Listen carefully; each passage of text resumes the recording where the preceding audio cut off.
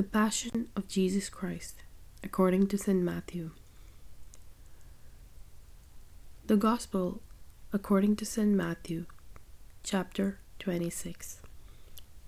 The plot against Jesus. When Jesus had finished teaching all these things, he said to his disciples, "In 2 days, as you know, it will be the Passover festival, and the Son of Man will be handed over to be crucified." Then the chief priests and the elders met together in the palace of Caiaphas, the high priest, and made plans to arrest Jesus secretly and put him to death. "We must not do it during the festival," they said, "or the people will riot." Jesus is anointed at Bethany. Jesus was in Bethany at the house of Simon, a man who had suffered from a dreaded skin disease. While Jesus was eating, a woman came to him with an alabaster jar filled with an expensive perfume, which she poured on his head.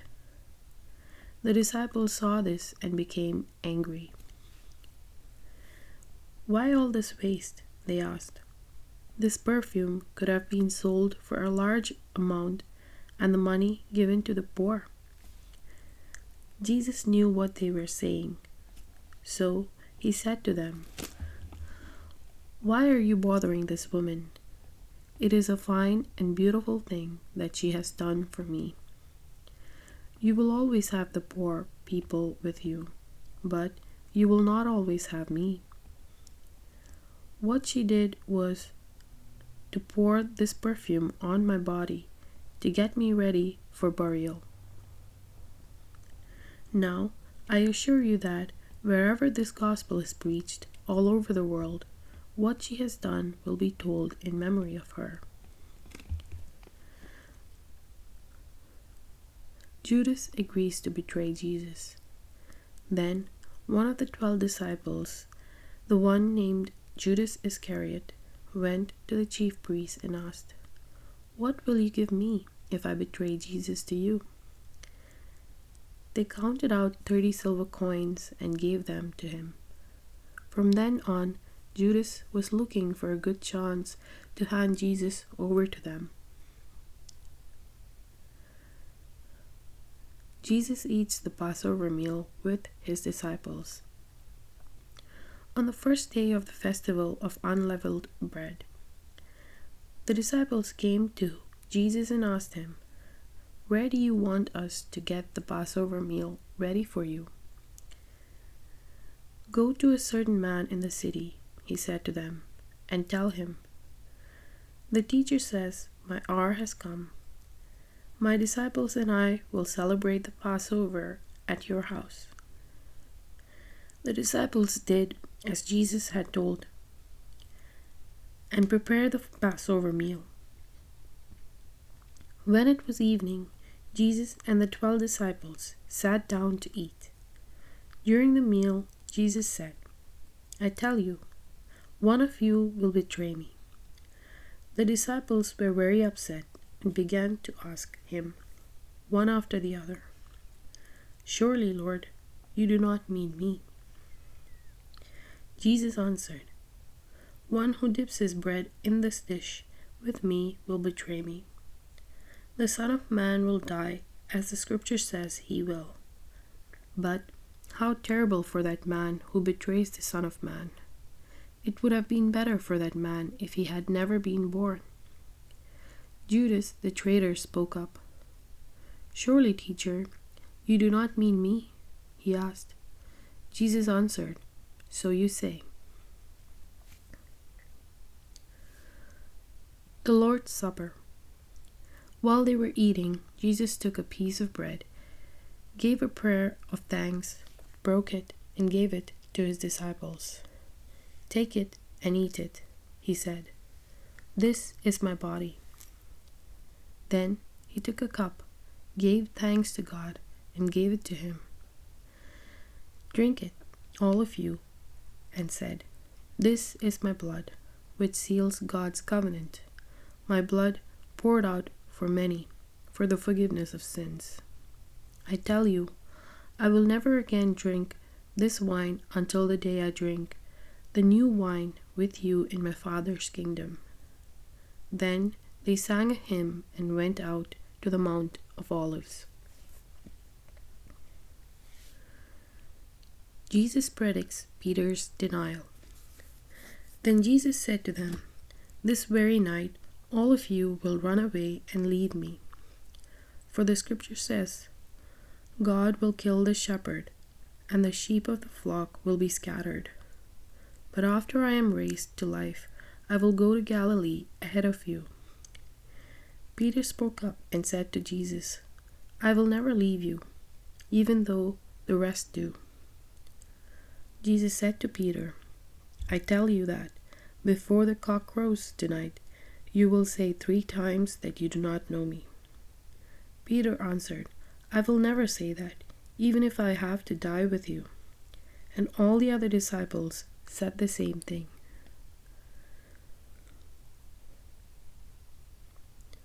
Jesus prays in Gethsemane. Then Jesus went with his disciples to a place called Gethsemane, and he said to them, "Sit here while I go over there and pray." He took with him Peter and 2 of his 2 sons of Zebedee. Grief and anguish came over him, and he said to them, "The sorrow in my heart is so great that it almost crushes me. Stay here and keep watch with me." He went a little further on, threw himself face downward on the ground and prayed, "My Father, if it is possible, take this cup of suffering from me. Yet, not what I want, but what you want." Then he returned to the 3 disciples and found them asleep. And he said to Peter, "How is it that you 3 were not able to keep watch with me even for 1 hour? Keep watch and pray that you will not fall into temptation. The spirit is willing, but the flesh is weak." Once more Jesus went away and prayed, "My Father, if this cup of suffering cannot be taken away unless I drink it, your will be done." He returned once more and found the disciples asleep. They could not keep their eyes open. Again, Jesus left them, went away, and prayed the 3rd time, saying the same words. Then he returned to the disciples and said, "Are you still sleeping and resting? Look, the hour has come for the Son of Man to be handed over to the power of sinful men. Get up, let us go. Look, here is the man who is betraying me." The arrest of Jesus.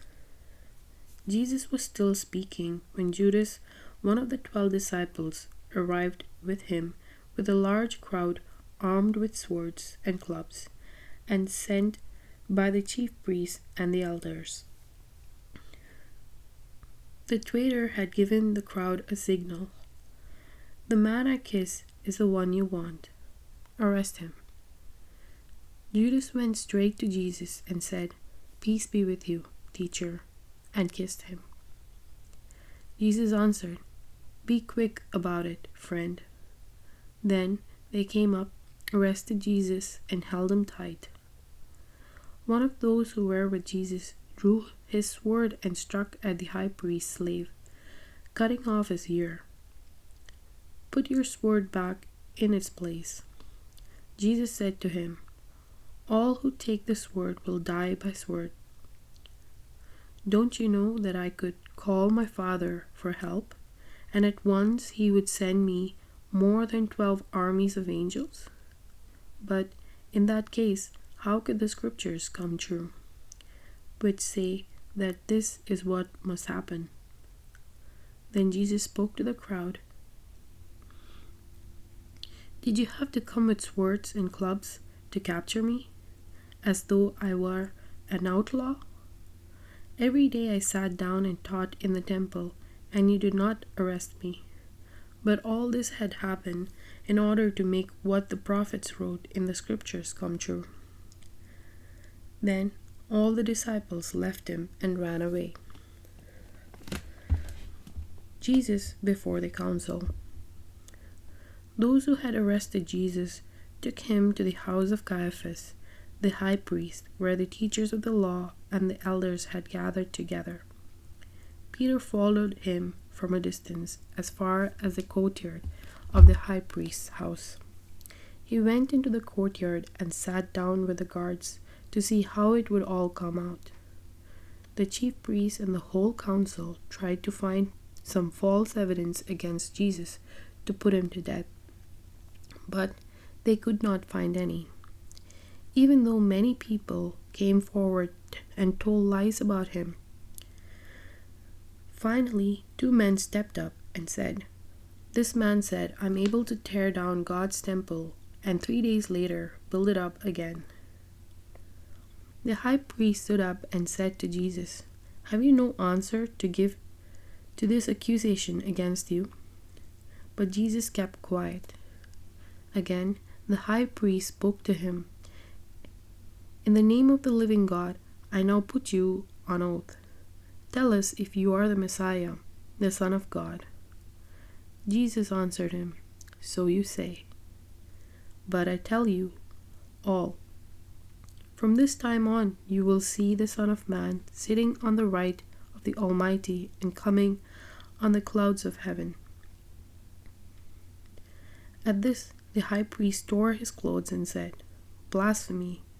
We don't need any more witness. You have just heard his blasphemy. What do you think?" They answered, "He is guilty and must die." Then spat at his face and beat him. And those who slapped him said, "Prophesy for us, Messiah. Guess who hit you?" Peter denies Jesus.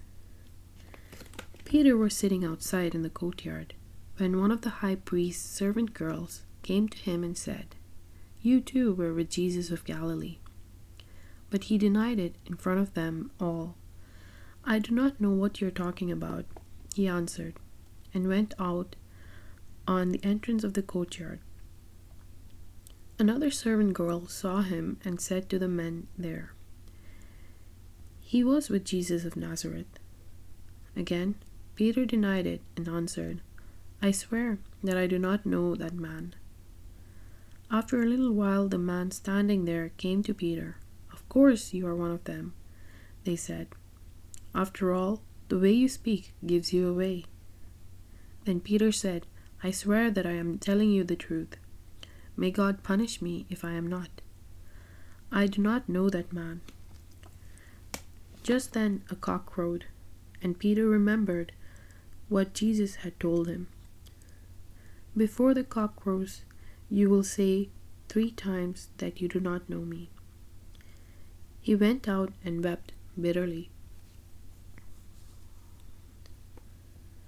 Chapter 27.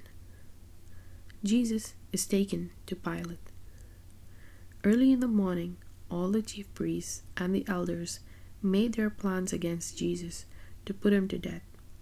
They put him in chains, led him off, and handed him over to the Pilate, the Roman governor. The death of Judas. When Judas the traitor learned that Jesus had been condemned, he repented and took back the 30 silver coins to the chief priests and the elders. "I have sinned and betrayed an innocent man to death," he said. "What do we care about that?" they answered. "That is your business." Judas threw the coins down in the temple and left. Then he went off and hanged himself. The chief priests packed up the coins and said, "This is blood money, and it is against our law to put it in the temple treasury." After reaching an agreement about it, they used the money to buy Potter's Field as a cemetery for foreigners. That is why the field is called Field of Blood to this very day. Then, what the prophet Jeremiah had said came true.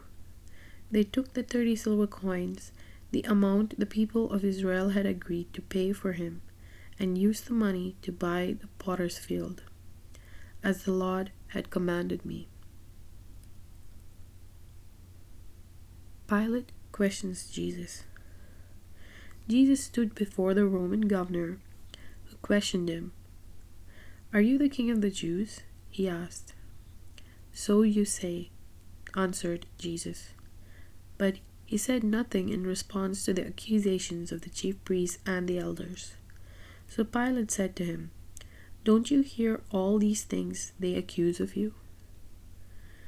But Jesus refused to answer a single word, with the result that the governor was greatly surprised. Jesus is sentenced to death. At every Passover festival, the Roman governor was in the habit of setting free any one prisoner the crowd asked for. At that time, there was a well-known prisoner named Jesus Barabbas. So when the crowd gathered, Pilate asked them, "Which one do you want me to set free for you? Jesus Barabbas or Jesus called the Messiah?" He knew very well that the Jewish authorities had handed Jesus over to him because they were jealous. While Pilate was sitting in the judgment hall, his wife sent him a message. "Have nothing to do with that innocent man, because in a dream last night I suffered much on account of him." The chief priests and the elders persuaded the crowd to ask Pilate to set Barabbas free and have Jesus put to death. But Pilate asked the crowd, "Which one of these two do you want me to set free for you?" "Barabbas," they answered. "What then shall I do with Jesus called the Messiah?" Pilate asked them. "Crucify him," they all answered. But Pilate asked, "What crime has he committed?" Then they started shouting at the top of their voices, "Crucify him." When Pilate saw that it was no use to go on, but that a riot might break out, he took some water, washed his hands in front of the crowd, and said, "I'm not responsible for the death of this man. This is your doing." The whole crowd answered, "Let the responsibility of his death fall on us and our children." Then Pilate set Barabbas free for them. And after he had Jesus whipped and handed him over to be crucified. The soldiers mocked Jesus. Then Pilate's soldiers took Jesus into the governor's palace, and the whole company gathered around him. They stripped off his clothes and put a scarlet robe on him. Then they made a crown out of thorny branches and placed it on his head, and put a stick on his right hand. Then they knelt before him and mocked him. "Long live the King of the Jews," they said. They spat on him and took the stick and hit him over the head. When they had finished mocking him, they took the robe off and put his own clothes back on him. Then they led him out to crucify him. Jesus is crucified. As they were going out, they met a man from Cyrene named Simon, and the soldiers forced him to carry Jesus' cross. They came to a place called Golgotha, which means the place of the skull. There they offered Jesus wine mixed with a bitter substance, but after tasting it, he would not drink it. They crucified him, then divided his clothes among them by throwing dice. After that, they sat there and watched him. Above his head they put the written notice of the accusation against him.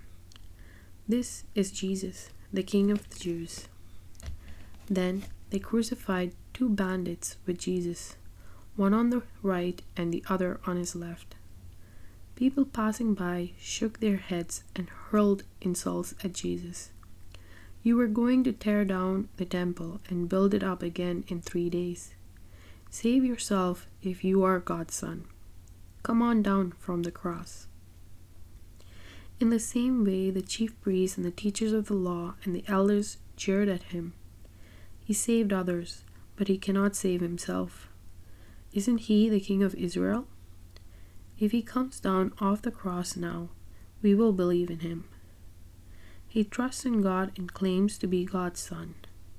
Well then, let us see if God wants to save him now. Even the bandits who had been crucified with him insulted him in the same way.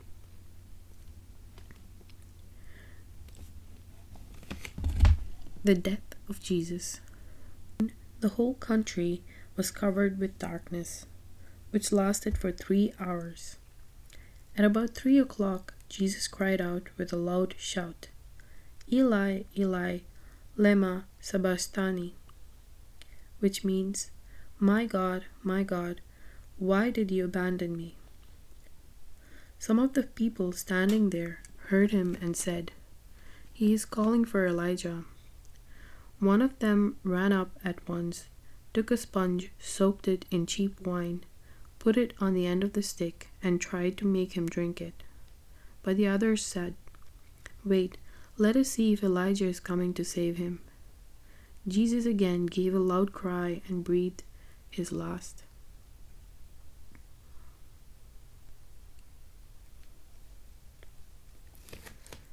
Then the curtain hanging in the temple was torn in two from top to bottom.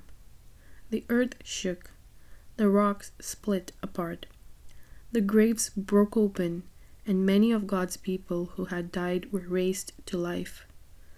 They left the graves, and after Jesus rose from death, they went into the holy city, where many people saw them. When the army officer and the soldiers with him who were watching Jesus saw the earthquake and everything else that happened, they were terrified and said, "He really was the Son of God." There were many women there, looking on from a distance, who had followed Jesus from Galilee and helped him. Were Mary Magdalene, Mary the mother of James and Joseph, and the wife of Zebedee. The burial of Jesus. When it was evening, a rich man from Arimathea arrived. His name was Joseph, and he had also was a disciple of Jesus. He went into the presence of Pilate and asked for the body of Jesus. Pilate gave orders for the body to be given to Joseph. So Joseph took it, wrapped it in a new linen sheet, and placed it in his own tomb, which he had just recently dug out of solid rock. Then he rolled a large stone across the entrance to the tomb and went away. Mary Magdalene and the other Mary were sitting there facing the tomb. The guard at the tomb. The next day, which was a Sabbath, the chief priests and the Pharisees met with Pilate and said, "Sir, we remember that while that liar was still alive, he said, 'I will be raised to life 3 days later.' Give orders then for his tomb to be carefully guarded until the 3rd day, so that his disciples will not be able to go and steal the body and then tell the people that he was raised from dead." This last lie would even be worse than the first one. "Take guard," Pilate told them. "Go and make the tomb as secure as you can." So they left and made the tomb secure by putting a seal on the stone and leaving the guard on watch.